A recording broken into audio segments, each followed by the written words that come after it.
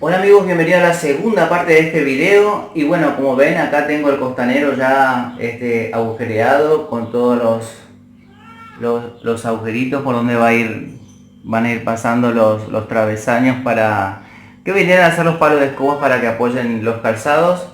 Digamos, como ven, acá le hice algunos dibujitos con algún disco de desbaste viejo que encontré por ahí. Le hice algunos dibujitos también, le fui quemando así, le fui haciendo un diseño un poco particular. Y bueno amigos, quédense conmigo. Vamos a terminar este video. Esta es la segunda parte de esta zapatera rústica. Acompáñame.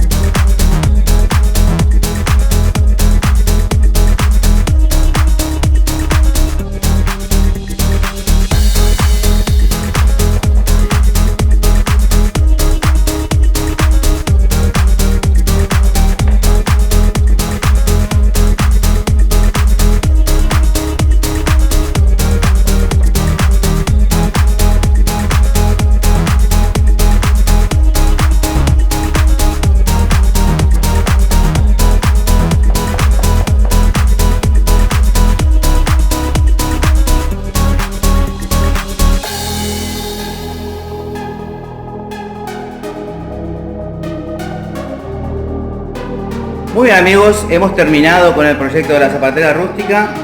Es una zapatera muy funcional, como pueden ver, muy útil. Lo puedes guardar tanto en alguna habitación como en algún pasillo, en algún garage. Y bueno amigos, sirve para poner algunas botas arriba, algunos zapatitos, algunas sandalias, unos calzados, algunos botines, unos zapos. Y bueno amigos, espero que esta zapatera te sea de utilidad, y si te gustó este video dale like, compartí a todo el mundo, suscríbete ahí abajo, y bueno, gracias por acompañarme, gracias por mirarme, nos vemos